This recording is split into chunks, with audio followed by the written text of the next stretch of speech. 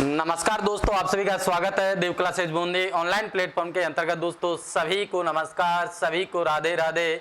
आप सभी का बहुत बहुत स्वागत है दोस्तों देव परिवार के ऑनलाइन पाठशाला के अंतर्गत। देखिए दोस्तों, आज हमें एक ऐसे टॉपिक की शुरुआत करने जा रहे हैं दोस्तों, यानी कि बहुत अच्छा टॉपिक है और एग्जाम की दृष्टि से भी दोस्तों आपके लिए सबसे महत्वपूर्ण टॉपिक माना जाता है भारतीय इतिहास के अंदर। ध्यान देना दोस्तों, ऐसा टॉपिक है भारतीय इतिहास के अंतर्गत दोस्तों, जहां से आपके मध्य काल की शुरुआत होती है, वहीं से दोस्तों अपन टॉपिक की शुरुआत करते हैं। दोस्तों इस काल को भारतीय इतिहास में राजपूत काल या सामंतवाद काल के नाम से भी जाना जाता है। अब आप समझ गए होंगे कि नाम से ही कितना अच्छा नाम है, तो दोस्तों टॉपिक भी आपका उतना ही अच्छा होगा। देखिए दोस्तों, आज हम देखेंगे पूर्व मध्य काल। और पूर्व मध्य काल जो दोस्तों आपका 6वीं शताब्दी से लेकर 12वीं शताब्दी तक का भारतीय इतिहास में जो काल है, वो दोस्तों आपका राजपूत काल या सामंतवाद का काल के नाम से जाना जाता है।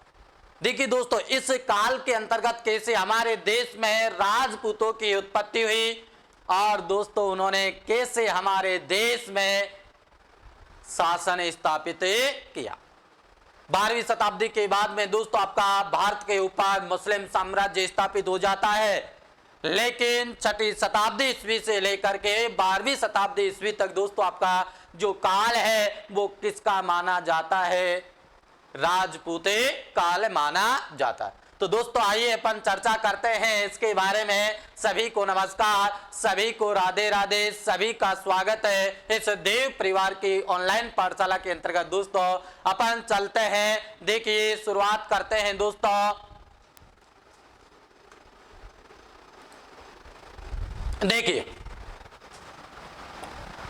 बहुत अच्छा टॉपिक है दोस्तों आपका।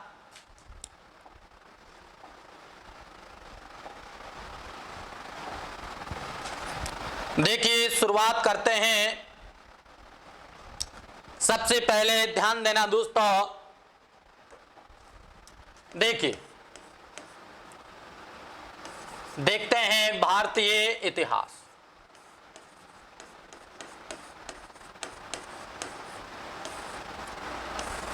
ध्यान देना दोस्तों, बहुत महत्वपूर्ण टॉपिक है आपका ये। देखिए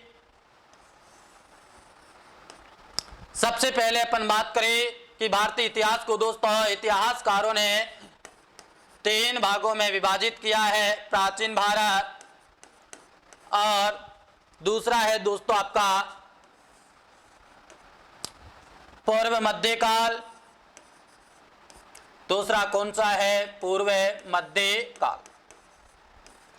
तीसरा है दोस्तों आपका मध्य काल, और अगला है दोस्तों आपका आधुनिक काल। ध्यान देना दोस्तों, सुविधा के अनुसार भारतीय इतिहास को इतिहासकारों ने अपने अपने अनुसार कुछ भागों में विभाजित किया है। उनके बारे में अपन दोस्तों एक बार चर्चा कर लेते हैं। देखिए प्राचीन जो भारत है दोस्तों, इसके अंदर जो हमारे देश का इतिहास है वो दोस्तों आपका प्रारंभ से लेकर, ध्यान देना, प्रारंभ से लेकर कब तक है? 8वीं शताब्दी तक। कब तक है? 8वीं शताब्दी तक। उसके बाद में दोस्तों पूर्व जो मध्य काल है आपका, इसमें 8वीं शताब्दी से लेकर 12वीं शताब्दी तक। कब तक है? 12वीं शताब्दी तक। उसके बाद में आपका मध्यकालीन जो भारत आता है दोस्तों, इसमें आता है आपका 12वीं शताब्दी से लेकर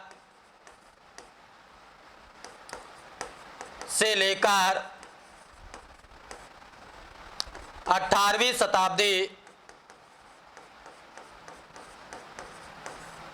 शताब्दी पूर्वार्ध। उसके बाद में आपका अंत में बचता है दोस्तों आधुनिक भारत। आधुनिक भारत के अंतर्गत अपन देखते हैं कि इसके अंतर्गत दोस्तों 18वीं शताब्दी से लेकर 18वीं शताब्दी से लेकर 1947 तक ये दोस्तों अपन ने इतिहास को कुछ समय के अनुसार विभाजित किया है कि भारतीय इतिहास में दोस्तों इस तरह आपका इतिहास है जो अपन देखते हैं। एक बार इधर देखने का प्रयास कीजिए, बहुत आनंद आएगा। इतना अच्छा टॉपिक है दोस्तों इतिहास के अंदर कि आपका क्वेश्चन यहां से जरूर आता है उठ करके। बहुत इजी टॉपिक है, यानी कि बहुत अच्छा टॉपिक है, बहुत ही सिंपल सिटी वाला टॉपिक है, बहुत इजीली टॉपिक है दोस्तों आपका कि भारतीय इतिहास को इतिहासकारों ने अपने आधार पर कुछ इस प्रकार विभाजन किया है। किसका? भारतीय इतिहास। देखिए दोस्तों अपन चर्चा करते हैं आगे कि इसके अंतर्गत जैसे आपका ये है दोस्तों, इसको इतिहासकारों ने राजपूत काल और सामंत, ध्यान देना, सामंतवाद का काल कहा है। किसको? कि पूर्व जो मध्य काल है आपका 8वीं से लेकर 12वीं शताब्दी तक का जो भारतीय इतिहास है दोस्तों, इस इतिहास को इतिहासकारों ने क्या कहा है? राजपूत काल या सामंतवाद का काल इसको कहा है। अपन मध्य काल की बात करते हैं दोस्तों, तो इसके अंदर आपका दो पार्ट आते हैं, सल्तनत काल, सल्तनत काल और मुगल काल।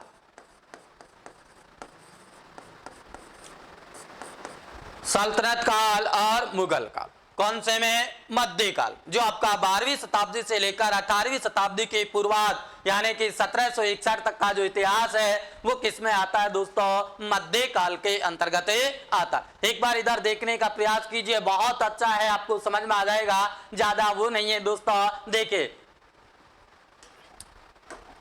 दोस्तों, भारतीय इतिहास को इतिहासकारों ने अपने आधार पर अपने हिसाब से कुछ भागों में विभाजित किया है। देखिए कौन कौन से पार्ट है कि प्राचीन भारत, जहां से हमारे देश की शुरुआत होती है इतिहास की, ध्यान देना कि जहां से हमारे देश के इतिहास की शुरुआत होती है दोस्तों, उसे कौन सा काल कहा जाता है? प्राचीन भारत का इतिहास। देखिए दोस्तों, प्रारंभ से लेकर 8वीं शताब्दी तक का जो इतिहास है वो दोस्तों आपका किस में आता है? प्राचीन भारत के अंतर्गत आता है। किस में आता है? प्राचीन भारत के अंतर्गत आता है।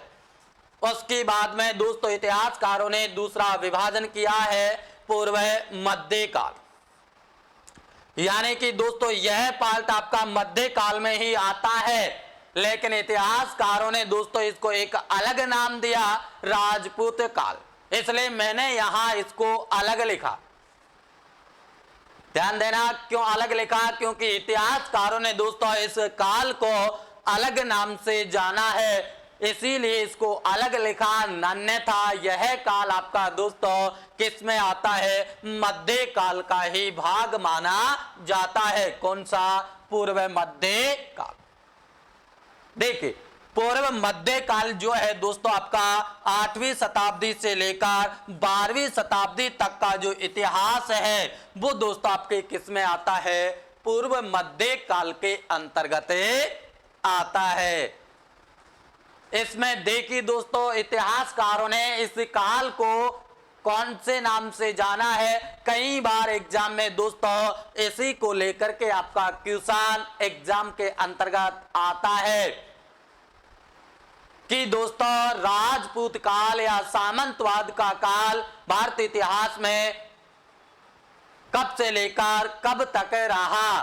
देखिए राजपूत काल और सामंतवाद का जो काल है 8वीं शताब्दी से लेकर 12वीं शताब्दी तक का जो समय है हमारे देश के इतिहास में दोस्तों उसी को क्या नाम दिया गया है? इतिहासकारों ने राजपूत काल और सामंतवाद का काल। समझ में आ गया। देखिए आगे अपन चर्चा करते हैं कि मध्य काल का जो इतिहास है दोस्तों, एक बार देखना, इधर बहुत अच्छा टॉपिक है। देखिए कि मध्य काल दोस्तों आपका 12वीं शताब्दी यानी कि 1206 से लेकर 1761 तक का जो भारत का इतिहास है उसको दोस्तों मध्य काल के नाम से जाना जाता है। कौन से काल के नाम से जाना जाता है? मध्य काल के नाम से जाना जाता है। इसमें दोस्तों आपका सल्तनत काल आता है और मुगल काल भी इसी के अंतर्गत आता है। किसमें? मध्य काल के अंतर्गत। देखिए आगे कि दोस्तों आपका अगला पार्ट आता है आधुनिक भारत, और इसके अंतर्गत दोस्तों आपका 18वीं शताब्दी से लेकर आजादी तक का जो इतिहास है वो दोस्तों किस में आता है? आधुनिक भारत के इतिहास में आता है। तो यहां तक कोई समस्या? अरे अभी टॉपिक शुरू नहीं हुआ है, जबकि पिछली जो जानकारी है उसी के बारे में अपन दोस्तों चर्चा कर रहे हैं।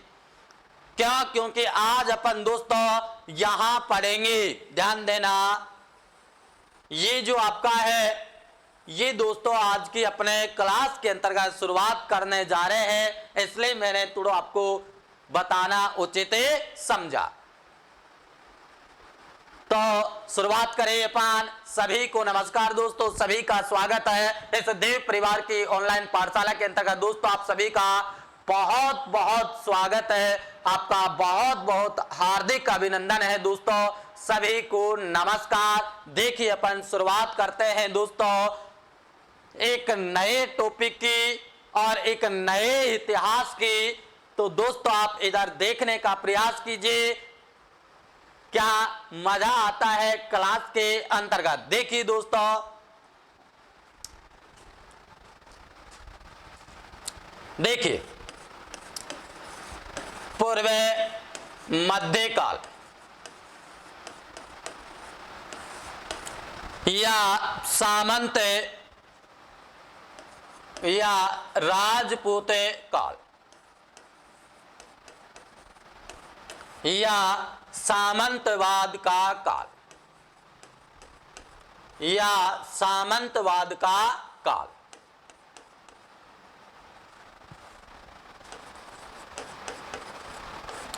समय है दोस्तों आपका इसका 8वीं शताब्दी से लेकर 12वीं शताब्दी तक।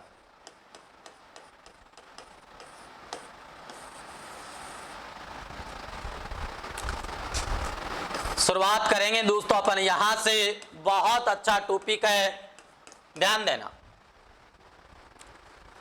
प्रयास करना एक बार इधर देखने का कि आपके एक नए टॉपिक का, नए इतिहास की दोस्तों अपन शुरुआत कर रहे हैं। बहुत महत्वपूर्ण टॉपिक है, आपके एग्जाम के अंतर्गत यहां से दोस्तों क्वेश्चन आता है और इतना शानदार क्वेश्चन आता है दोस्तों, और इतना इजीली क्वेश्चन आता है, बहुत आनंद आता है दोस्तों एक बार पढ़ने में। कि अपन देखते हैं कि मध्य काल में मुस्लिम साम्राज्य आ जाता है तो वहां नाम याद नहीं होते हैं, और आधुनिक भारत में दोस्तों अंग्रेज आ जाते हैं, वहां भी नाम याद नहीं होते। आपका टॉपिक सबसे इजीली कौन सा हो जाता है? पूर्व मध्य काल या राजपूत काल। हमारे देश के इतिहास में दोस्तों 6वीं शताब्दी से लेकर 12वीं शताब्दी तक का जो काल है, जो समय है आपका दोस्तों, उसको इतिहासकारों ने राजपूत काल कहा है। क्यों कहा है? क्योंकि इस समय में दोस्तों हमारे देश के ऊपर, हमारे हिंदुस्तान की भूमि के ऊपर दोस्तों किसने शासन किया? राजपूतों ने शासन किया।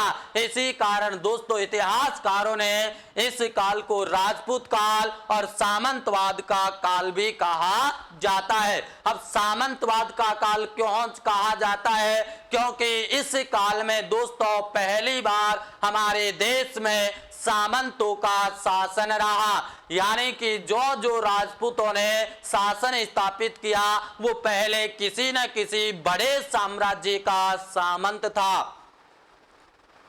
समझ में आ गया कि पहले किसी न किसी साम्राज्य के वो अधीन था, बाद में उसने दोस्तों अपना साम्राज्य, अपना क्षेत्र, अपना शासन एक अलग क्षेत्र में स्थापित कर लिया।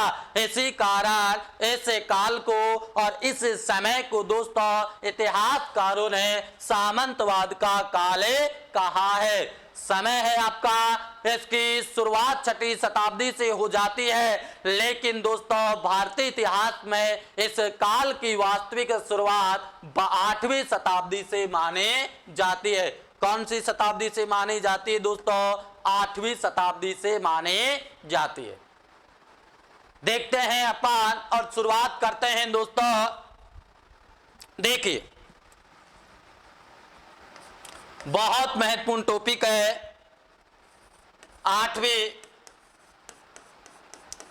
शताब्दी से लेकर 12वीं शताब्दी, ध्यान देना, 8वीं शताब्दी से लेकर 12वीं शताब्दी तक का इतिहास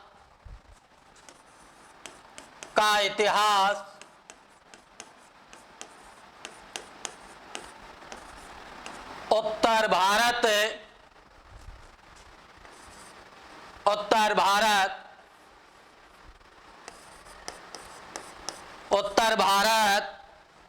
में सामान्यतः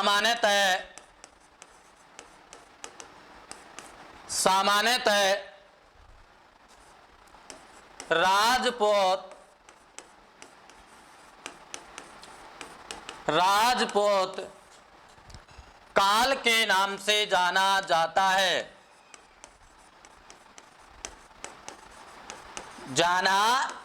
है। बात वही आ गई कि 8वीं शताब्दी से लेकर 12वीं शताब्दी तक का जो इतिहास है वो दोस्तों आपके उत्तर भारत में सामान्यतः राजपूत काल के नाम से जाना जाता है। आगे अपन चर्चा करते हैं दोस्तों इसी के बारे में। देखिए, सबसे पहले अपन देखते हैं कि राजपूतों की उत्पत्ति। क्या देखते हैं? सबसे पहले राजपूतों की उत्पत्ति। देखिए दोस्तों, राजपूतों की उत्पत्ति इतिहासकारों ने अपने अपने अनुसार दोस्तों आपके इस राजपूतों की उत्पत्ति का उल्लेख किया है। अलग अलग से दोस्तों उन्होंने अपने अनुसार इसका निर्धारण किया है कि राजपूतों की उत्पत्ति कैसे हुई, कहां से हुई, कहां के निवासी थे, ये उन्होंने दोस्तों अपने अपने अनुसार अपने मत दिए हैं। लेकिन अपन उन्हीं सभी मतों का दोस्तों यहां पर उल्लेख करेंगे। इसमें सामने निकल करके 2 मत आते हैं, एक आपका विदेशी मत, दूसरा आपका भारतीय मत। ध्यान देना, एक आपका विदेशी मत और दूसरा आपका दोस्तों कौन सा आता है? देशी मत या भारतीय मत। अब देखते हैं सबसे पहले दोस्तों कि क्या है और क्या नहीं है। देखो, राजपूत शब्द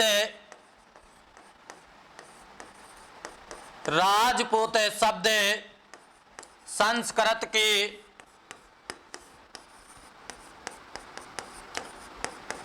राजपुत्र का, संस्कृत के राजपुत्र का ही विकृत रूप है। क्या है? विकृत रूप। राजपूतों की उत्पत्ति से पहले दोस्तों अपन देखते हैं कि राजपूत जो शब्द है आपका वो प्राचीन काल में संस्कृत के राजपुत्र शब्द से निकला है। यानी कि इसी शब्द का आगे चल करके अपभ्रंश होकर के क्या हो गया? राजपूते हो गया। क्या हो गया दोस्तों कि प्राचीन काल में जो भाषा थी संस्कृत, इस संस्कृत में राजपूत को राजपुत्र कहा जाता था। लेकिन जैसे जैसे समय चलता रहा, समय निकलता रहा दोस्तों, लोगों ने इसको अपभ्रंश करके क्या कह दिया? राजपूते कह दिया। आगे अपन देखते हैं। देखिए, राजपूत शब्द का प्रयोग, राजपूत शब्द का प्रयोग पहले राजकुमार के लिए किया जाता था। राजकुमार के लिए किया जाता था।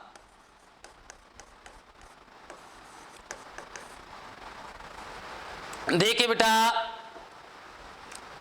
एक बार इधर देखने का प्रयास कीजिए। अपन इसको दोबारा देखते हैं कि पूर्व मध्यकाल, अपन जो टॉपिक पढ़ रहे हैं दोस्तों, उसको इतिहास में पूर्व मध्यकाल और राजपूत काल और सामंतवाद का काल के नाम से जाना जाता है।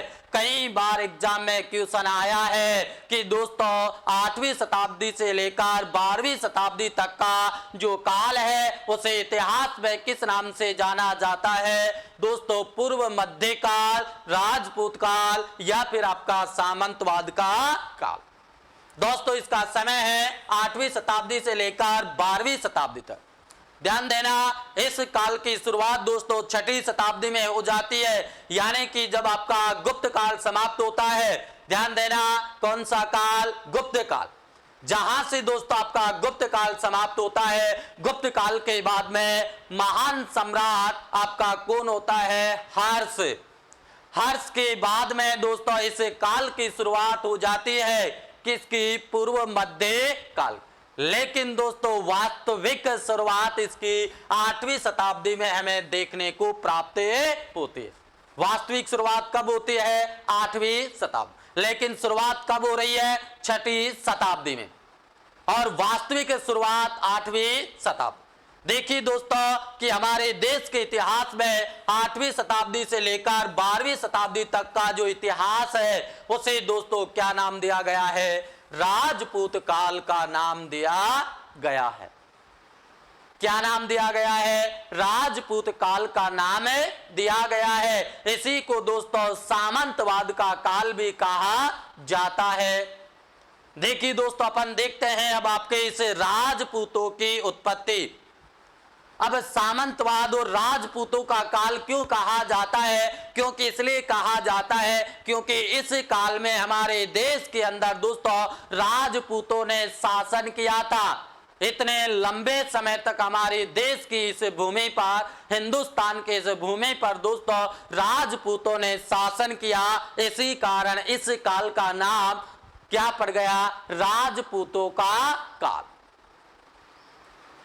यहां तक कोई समस्या नहीं होगी शायद। देखिए कि राजपूतों की उत्पत्ति अलग अलग प्रकार से दोस्तों अपन देखेंगे कि इनकी उत्पत्ति कैसे हुई। क्या ये भारतीय थे या फिर ये आपके विदेशी थे? इन सब के बारे में दोस्तों अपन चर्चा करें। बहुत आनंद आएगा क्लास का। इतना जानदार और इतना शानदार तरीके से दोस्तों अपन इसको पढ़ेंगे कि आपके एग्जाम में से जो क्वेश्चन आएगा वो यहां से बाहर नहीं जाएगा।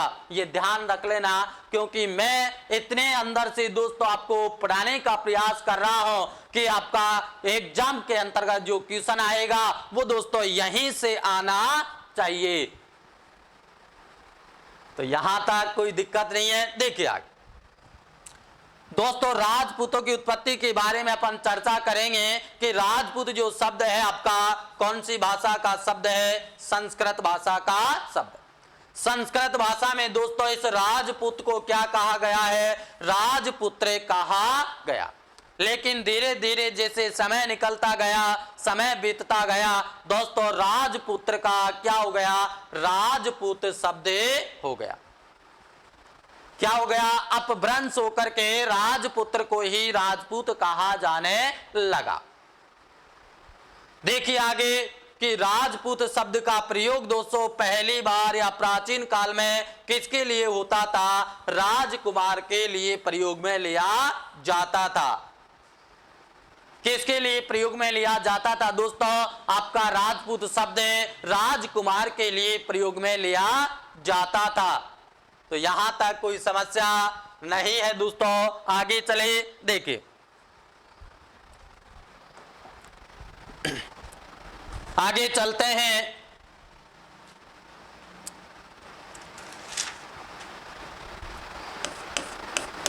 राजपूत शब्द का प्रयोग, कि आपके जो राजपूत शब्द है इसका कहां कहां कैसे कैसे प्रयोग हुआ है या कौन सी जगह में इसका प्रयोग मिलता है वो अपन एक बार देखते हैं। देखिए दोस्तों, सबसे पहले अपन देखते हैं राजपूत शब्द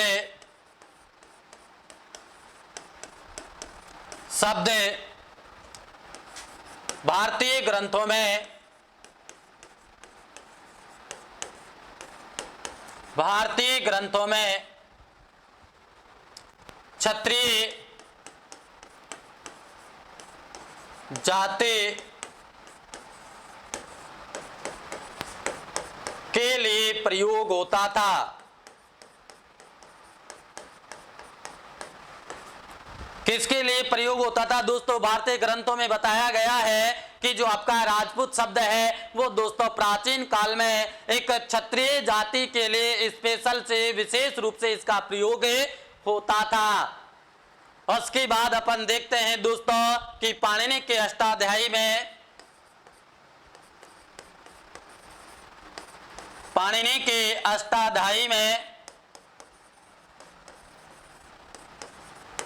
अष्टाध्यायी में दोस्तों राजपूत का प्रयोग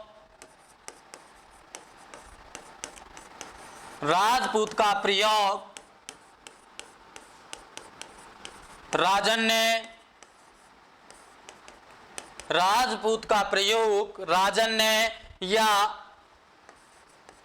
रक्षक के रूप में हुआ है। आगे और देखिए दोस्तों, इसी के क्रम में अपन बात करते हैं। देखिए महाभारत में विभिन्न प्रकार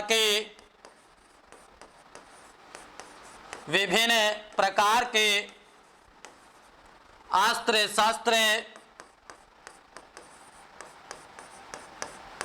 चलाने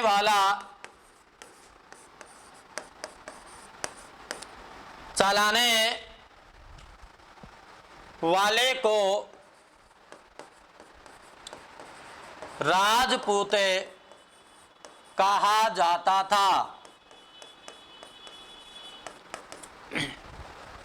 आगे देखिए इसी क्रम में कलहण की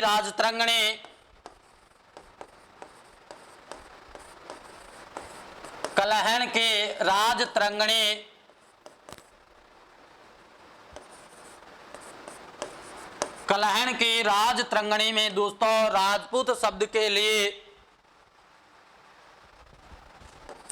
शाही परिवारों के उत्तराधिकारी कलहण की राजतरंगिणी में बताया गया है कि राजपूत शब्द शाही परिवारों के उत्तराधिकारी को राजपूत कहा जाता था।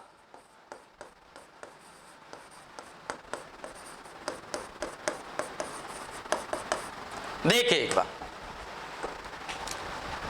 देखिए बहुत महत्वपूर्ण है, जानकारी के लिए बहुत ज्यादा जरूरी है दोस्तों।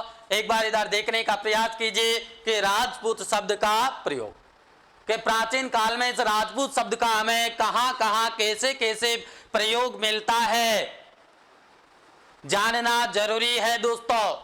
देखिए कि राजपूत शब्द भारतीय ग्रंथों में दोस्तों एक क्षत्रिय जाति के लिए इसका प्रयोग होता था प्राचीन काल के अंतर्गत। किसके लिए प्रयोग होता था भारतीय ग्रंथों में? कि यह एक क्षत्रिय जाति थी। प्राचीन काल में ऐसा माना जाता है कि राजपूत एक क्षत्रिय योद्धा या क्षत्रिय जाति से अपना संबंध रखता था। आगे देखिए दोस्तों कि महान व्याकरणाचार्य, भारत के महान विद्वान पाणिनि। दोस्तों पाणिनि ने एक ग्रंथ लिखा अष्टाध्यायी, और अष्टाध्यायी में कहा गया है कि राजपूतों का प्रयोग दोस्तों राजन्य, राजा या एक रक्षक के रूप में हुआ है। पाणिनि ने अष्टाध्यायी में बताया कि राजपूत एक शासक था, या फिर वो कहता है कि जनता की रक्षा करने वाला जो व्यक्ति होता है उसे ही प्राचीन काल में क्या कहा जाता है, राजपूत कहा जाता है। ये बात कौन कह रहा है, पाणिनि का अष्टाध्यायी ग्रंथ कह रहा है। यहां तक कोई समस्या नहीं है। आगे देखिए कि दोस्तों हमें महाभारत में उल्लेख मिलता है कि विभिन्न प्रकार के अस्त्र शस्त्र चलाने वाला जो व्यक्ति होता था उसे क्या कहा गया है, राजपूत कहा गया है। क्या कहा गया है, राजपूत कहा गया है। दोस्तों किस काल में, महाभारत काल के अंतर्गत। महाभारत कहता है कि दोस्तों कि विभिन्न प्रकार के जो अस्त्र शस्त्र चलाता था उसे ही क्या कहा जाता है, राजपूत कहा जाता है या राजपुत्र कहा जाता है। आगे देखिए महान विद्वान आता है आपका कल्हण। इसने एक किताब लिखी राजतरंगिणी, और राजतरंगिणी के अंतर्गत दोस्तों इसने बताया कि शाही परिवारों के जो उत्तराधिकारी होता था उसी को क्या कहा गया, राजपुत्र कहा गया। क्या कहा गया दोस्तों, राजपुत्र। तो यहां तक दोस्तों कोई समस्या नहीं है। आगे चले अपन देखिए, आगे अपन चर्चा करते हैं। देख रहे थे अपन राजपूतों की उत्पत्ति, उसमें सबसे पहले देखते हैं विदेशी मत, कि विदेशी व्यक्ति राजपूतों की उत्पत्ति के संबंध में क्या कहते हैं, क्या बताते हैं।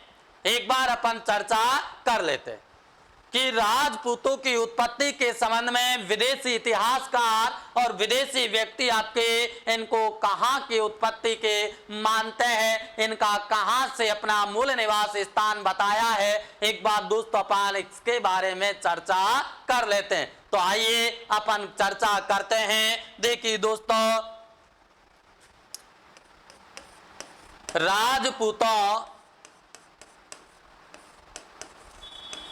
राजपूतों की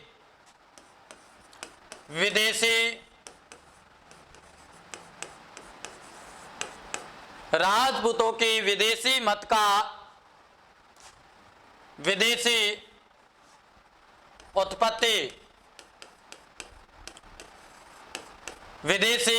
उत्पत्ति मत का सर्वप्रथम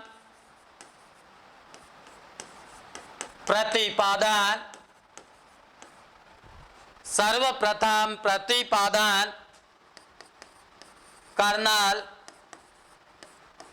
जेम्स टॉड ने किया। देखिए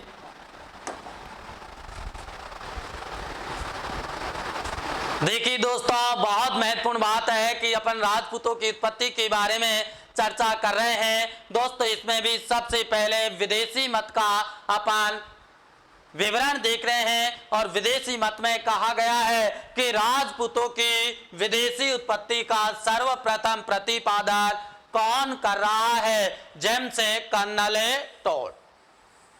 कौन कर रहा है, colonel James Tod. Colonel James Tod पहली बार सर्वप्रथम इसने राजपूतों की विदेशी उत्पत्ति का मत का समर्थन किया या इसका प्रतिपादन किया। आगे अपन देखते हैं इसी के अंतर्गत दोस्तों, टॉड ने, ध्यान देना, टॉड के अनुसार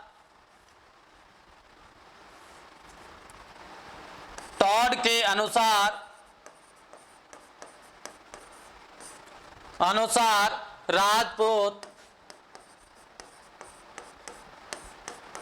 विदेशी राजपूत, विदेशी सिथियन, विदेशी सिथियन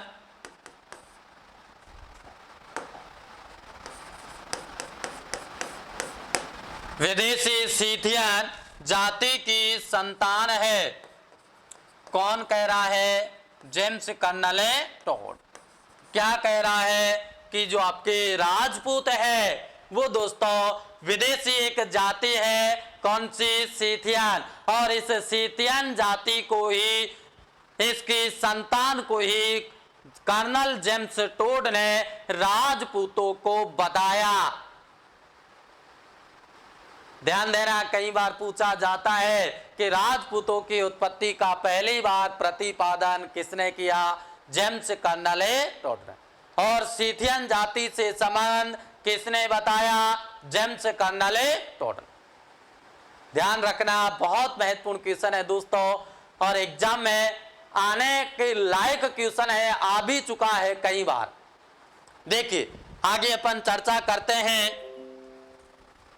कि दोस्तों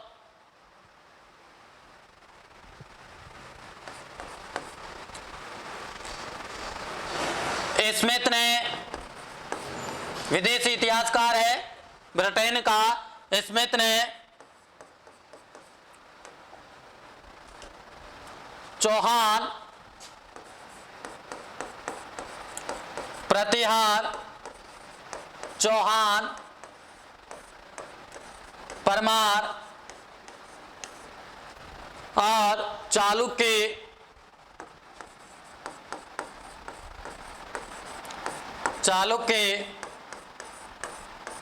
आदि की, स्मिथ कहता है कि प्रतिहार, चौहान, परमार, चालुक्य आदि दोस्तों आदि की उत्पत्ति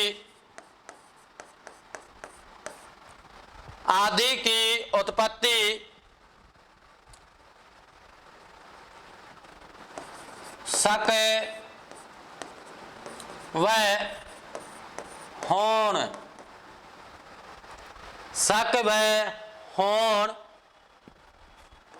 से की है। किसने?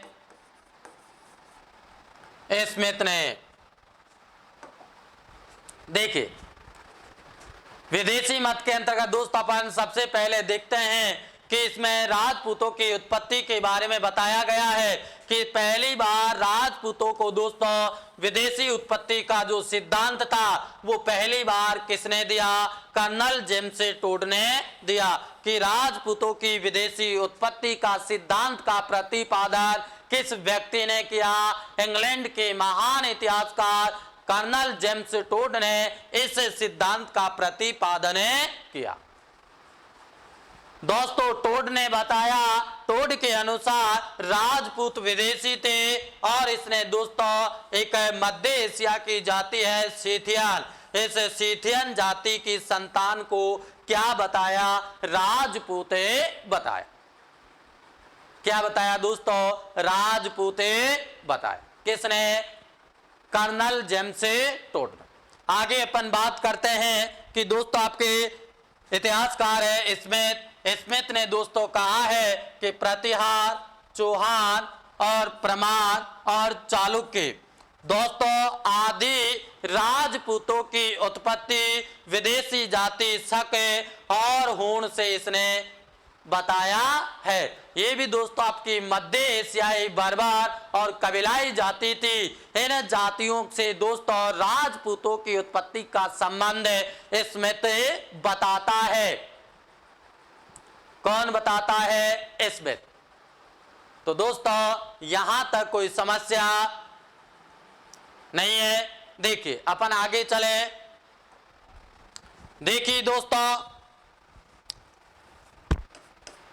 भारतीय विद्वान है एक है, उसने भी इसी विदेशी मत का समर्थन किया। भारतीय विद्वान भंडारकर,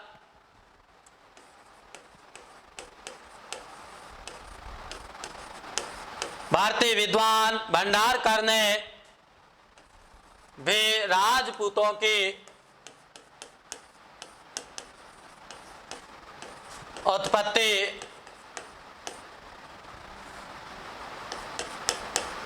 राजपूतों की उत्पत्ति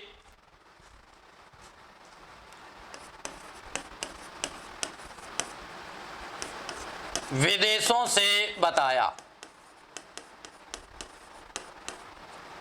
कौन? आपका भंडारकर है, भारतीय एक विद्वान। इसने भी दोस्तों विदेशी मत का जोरदार समर्थन किया है। यानी कि पहला विद्वान है भारत का जिसने दोस्तों आपके राजपूतों को विदेशी बताया। कौन? भंडारकर। भंडारकर ने कहा कि राजपूत भारतीय थे नहीं तो कौन थे? विदेशी थे। ये बात कौन कह रहा है? महान विद्वान या इतिहासकार दोस्तों भंडारकर कहता है कि आपके राजपूत भारतीय नहीं थे तो कौन थे? विदेशी थे। आगे देखिए दोस्तों, इन्होंने कहा, इन्होंने प्रतिहार, चौहान, परमार और चालुक्य। किसने? भंडारकर ने कहा कि प्रतिहार, परमार, चौहान, सोलंकी को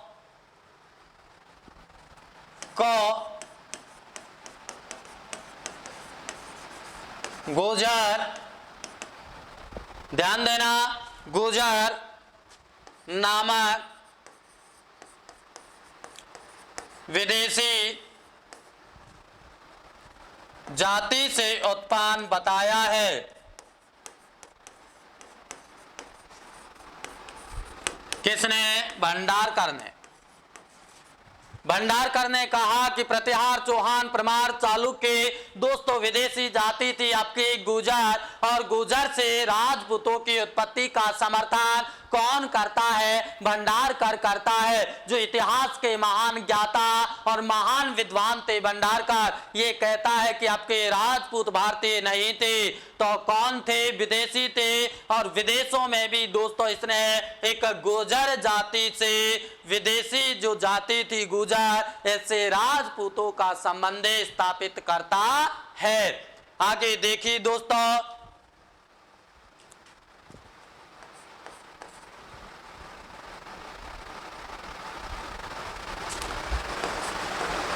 इन्होंने कहा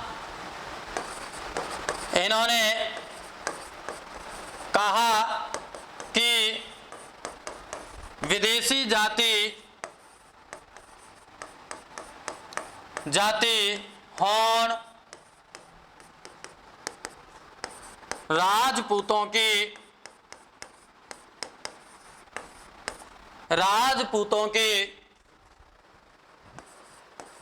36 जातियों में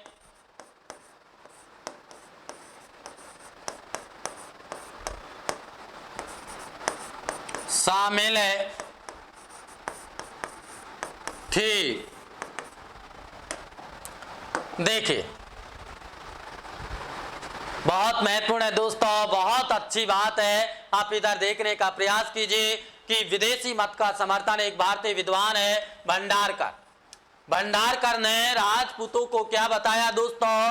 विदेशी बताया। कई बार डायरेक्ट क्वेश्चन आपका पूछ लिया जाता है कि राजपूतों को विदेशी बताने वाला प्रथम भारतीय कौन था? भंडारकर था। इसने विदेशी जाति के अंतर्गत राजपूतों को प्रतिहार, चौहान, परमार और चालुक्य को दोस्तों विदेशी गुर्जर जाति से उत्पन्न बताया। किससे बताया? विदेशी गुर्जर जाति है आपकी, इससे इनका संबंध स्थापित कौन करता है? आपका भंडारकर। आगे देखते हैं कि इन्होंने कहा है कि दोस्तों कि एक विदेशी जाति है आपकी हूण, और ये विदेशी जाति हूण दोस्तों जो राजपूतों के 36 वंश है, 36 कुल है, उस कुल और वंशों के अंतर्गत आपके हूण जाति शामिल है। इसी कारण इन्होंने कहा कि जब आपके हूण जाति इन राजपूतों के 36 शाखाओं में या 36 वंशों में शामिल हो सकती है तो दोस्तों आपके राजपूत क्या हो सकते हैं? विदेशी हो सकते हैं। तो दोस्तों यहां तक कोई समस्या नहीं है। अपन चर्चा करेंगे अब कि राजपूतों की भारतीय उत्पत्ति, राजपूतों की भारतीय उत्पत्ति। फिर उसके बाद दोस्तों अपन देखेंगे गुर्जर प्रतिहार वंश की उत्पत्ति, गुर्जर प्रतिहार वंश की उत्पत्ति। तो दोस्तों सभी को नमस्कार, सभी को राधे राधे, सभी को बहुत बहुत धन्यवाद दोस्तों। मिलते हैं अपन कल अगली क्लास के अंतर्गत।